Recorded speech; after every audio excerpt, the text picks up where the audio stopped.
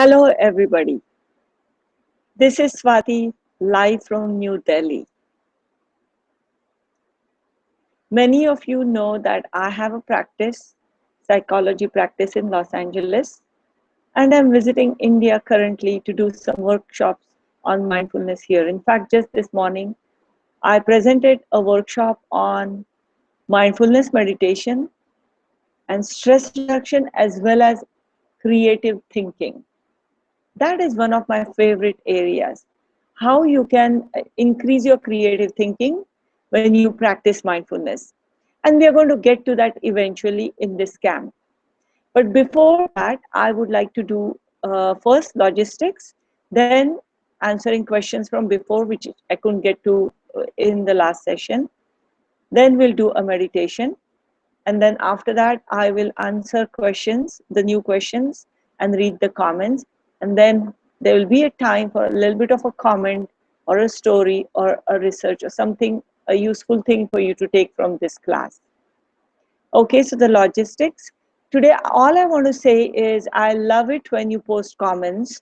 They don't have to be questions, but something about your experience, because from that as well, I learn a lot as well as others can learn a lot too. If you have any question, of course you can post it here.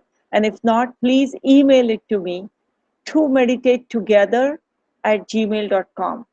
To meditate together at gmail.com with number 2. Just like the app, you see it on the screen, the app that I have developed. If you get a chance, do download this app and write an email to me to tell me your impressions. So now at this point, I am going to get to the previous questions from the previous time, which I did not get time to answer, or comments. So one of the comments was,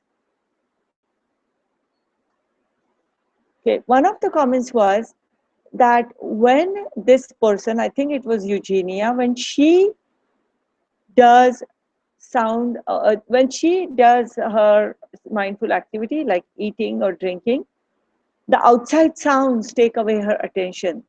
It's very distracting and it is very hard to actually focus on the eating or drinking experience. Instead, her mind keeps running to the sounds outside. And as you can imagine, my answer to that is yes, that's okay. Keep practicing. That's the whole point. We want to train our mind to come back to whatever we have decided to pay attention to. Yes, you will have distractions. Yes, you will have temptations, but you are going through that training. At this point, I do want to say one thing. When I say training and when I say that's what you're making your mind to do, I don't want it to be a race against yourself. That is not the purpose of mindfulness. It is a gentle activity. It's a natural it needs to be as natural as possible. It's not a competition. There is no specific goal that in this particular time we have to achieve this. That actually is quite counterproductive.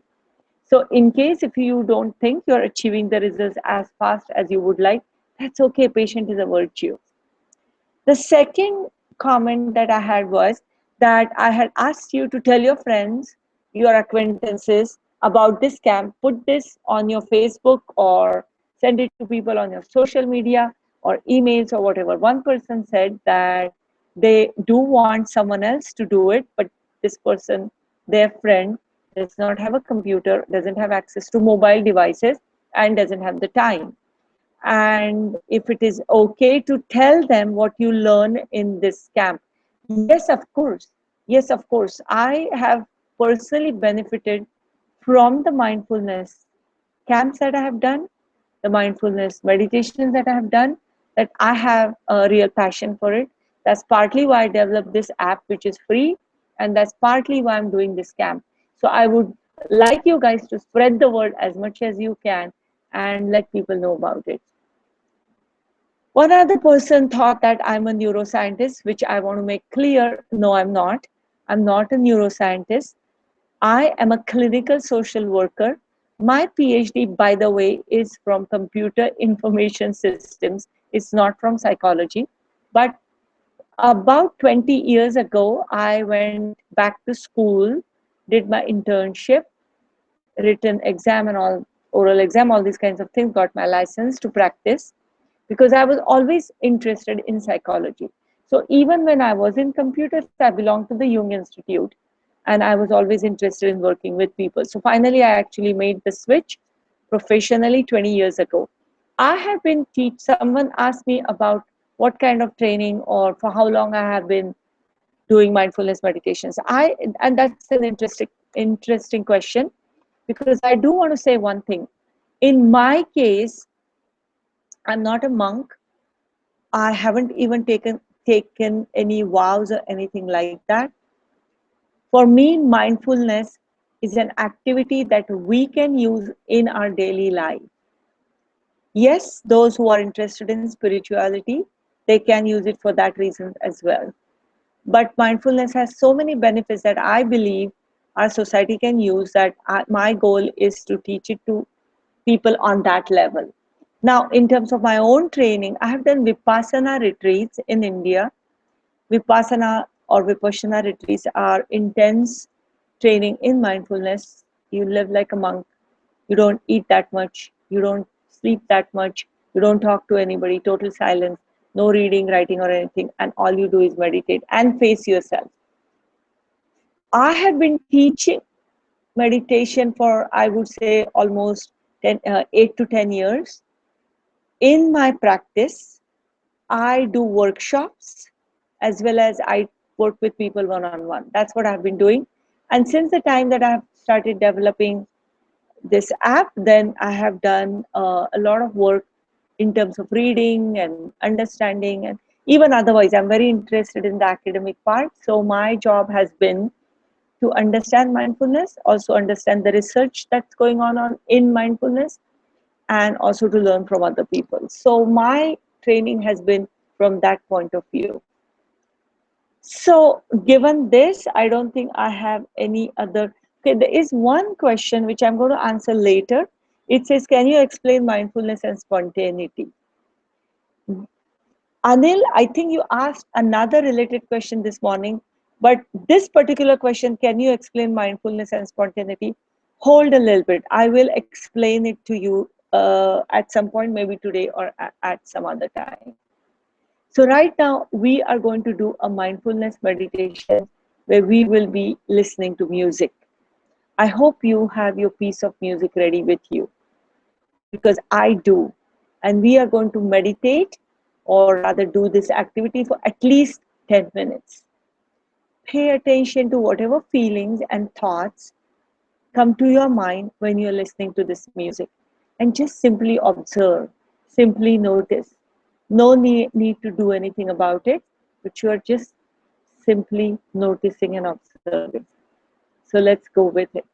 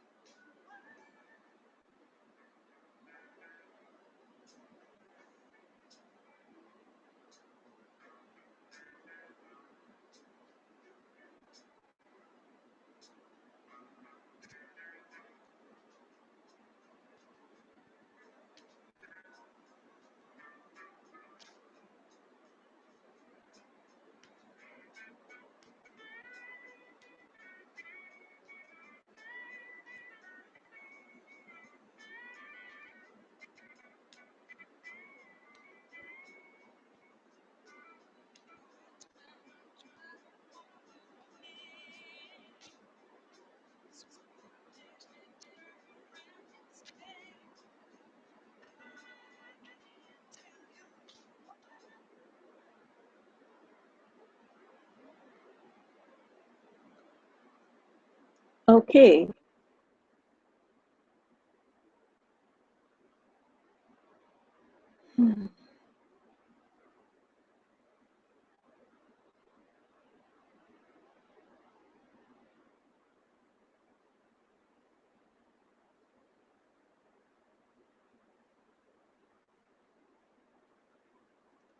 So now we are going to stop listening to the music,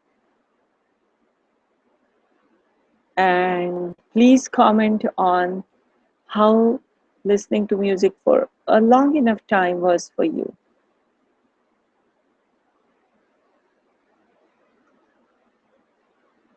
I can see that people are finding it easier to focus on the music rather than focusing on the mindful activity, the eating and the drinking, which makes sense. It totally makes sense why they prefer having the music, because music is about emotions. Music is more involving. But generally speaking, when we listen to music, we are multitasking. We don't listen to just music in itself. So, what you're doing right now is paying attention to all different parts of the music, but more importantly, what you are doing is you are in fact paying attention to the feelings and thoughts that come to you when you do this music meditation.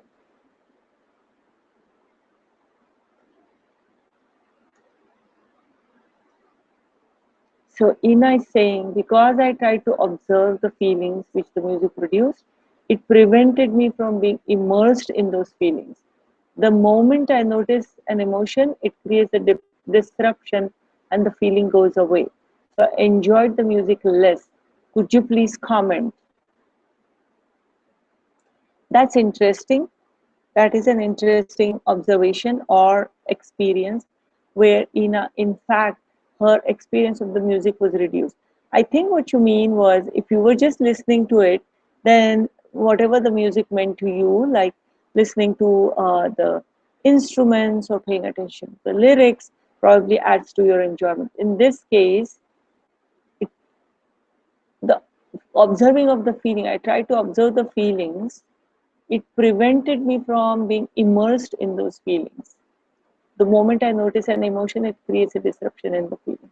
Now, this is an interesting dilemma because, in a way, by learning to observe your feelings, you can imagine music typically is a pleasant activity, especially because I'd asked you to choose a music you like.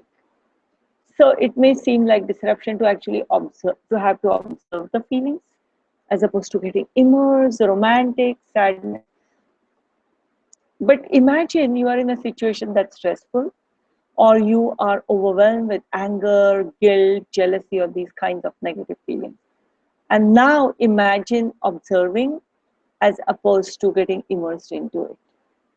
And by right now not getting immersed into the feelings, the pleasant feelings, in a way you are training yourself not to do it with negative feelings too, and that's the advantage. I have a feeling as you keep practicing it, in fact, you will be able to enjoy the music just as much as you do even otherwise. The immersion and observation may not seem as separate to you.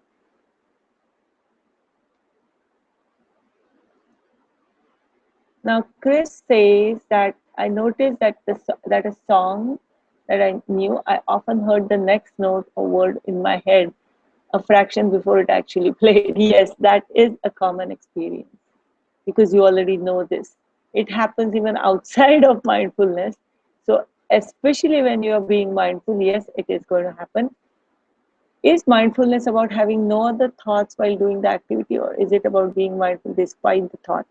Okay, so uh, what you're doing is, if you do get thoughts, you notice the thought. So you are noticing the thoughts or feelings and whatever is coming to you. That's what I'd ask you to do. Any activity like music, you're basically paying attention to feelings and thoughts. Let's say you are doing mindful activity such as eating, and a thought comes to you, you notice the thought. A thought may be, this tea, I wish it was warmer. That's a thought. But just feeling comfort, that's a feeling. Feeling angry, feeling sad. Thought is something like you think about something. You can put it in words more than just one word. So yeah, notice the thought. I hope I am answering this question correctly. So being mindful and paying attention to the thoughts is part of the same process. Paying attention to thoughts is part of being mindful. It's not a separate thing. Now, people are saying that basically they notice things that they otherwise wouldn't have noticed. Now, Billy says that he had heard this hundreds of times, but this time I heard the intermediate, but they joined the song as the song built and voices joined. I started sobbing. I also had to sing along and felt the vibration of body as my song. So as I sang, so I guess Billy, you had a more intense experience because of listening to it with so much mindfulness. And if you wanted to sob and if it was okay with you, that's perfectly fine. But if it was too much, what you're training yourself to do is to observe as opposed to actually uh, get so sad that you can't deal with it. But sobbing doesn't have to be bad. Sobbing could be a sense, could give you a sense of relief. Notice that, notice whatever is happening. And that's the main thing. Now, this person is saying that I noticed things I never noticed about the song before. I noticed my thoughts and feelings during the song as well as the background instrumentals. Also paid attention to how I was feeling about the music and that the lyrics made me think about. Yeah, that's great. That the main thing, remember guys, if your mind wanders around, that means you don't know what you're thinking. It's like totally daydreaming. That's not mindfulness. Mindfulness is about moment by moment awareness of what's happening with me. Thoughts, feelings, and in other activities, you'll also pay attention to your body sensations. And Ron, your mind felt calmer. That's wonderful. I always experience that listening to music has always been a good experience. There's no unpleasantness, in spite of, like somebody said, they were sobbing, in spite of sometimes sad or sometimes not very, nice feelings. Even romantic feelings don't have to be always pleasant, by the way. Okay, what do you think of audio guided meditation? Is it as valuable as trying to meditate by ourselves? In fact, Kami, I want to say something, especially in the beginning, guided meditations is what you should do. We haven't gotten to meditations yet, but we will start actual formal meditations next week on Sunday onwards. And that time I will guide you through those meditations. Even otherwise, even when you are meditating on your own, I always say guided meditations are better. Once you become experienced meditator, and once you are doing meditations with a specific purpose, which is not contained in the guided meditations, it's okay. In this particular case, I should put a plug for my app. My app has a list of meditations. I have collected meditations from different mindful meditation teachers, well-known meditation teachers. I had to take their permission or sometimes record them.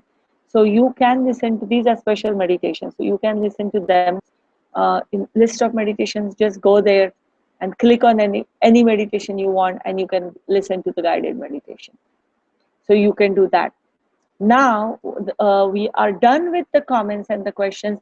There is one thing I want to say, last comment I want to do is, sometimes people say that, I do all these things. I mean, what's so special about, I already do mindfulness, I mean, is it really making a difference and stuff like that? I already do it. Or people say, oh, I am already a quiet, calm type of a person, or I'm already happy. I don't need mindfulness.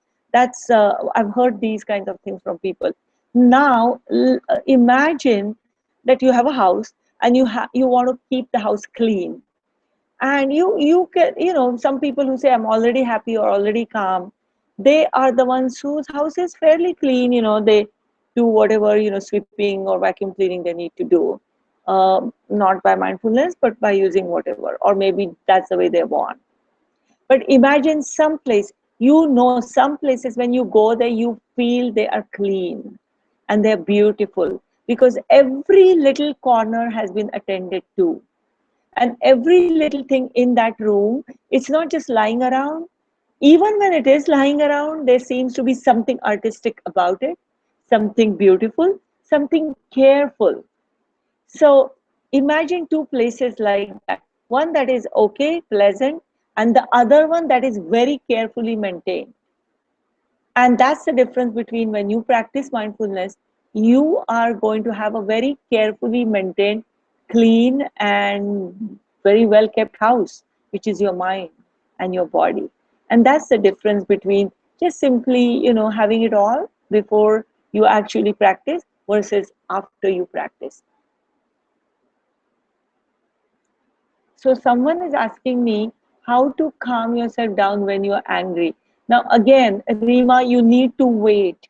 This is a great question, and mindfulness is very useful for controlling anger. And I am going to talk about it in detail when the right time comes. Meanwhile, just patience is virtue. And I think I need to say bye to you guys. Let me look at the clock. I barely have a few seconds. So all I want to say is some of these questions, I will be getting to them as time goes. Right now, you're asking me a lot of very important and very good questions. In case if you don't hear the answer, you can ask me again on the email, and I'll keep that in mind. But yes, anger management is a great benefit that can come from mindfulness, and I'll talk about it when the time comes. And bye everybody, and I'll see you tomorrow, and have a wonderful night or wonderful morning depending upon where you are. If you want to sleep better, just for a few minutes before you sleep, breathe in and breathe out and pay attention to your breathing. Just pay attention to your breathing and pay attention to any body sensations that you feel while you're breathing, and you will sleep better. Let me know, and I'll wait to get emails from you.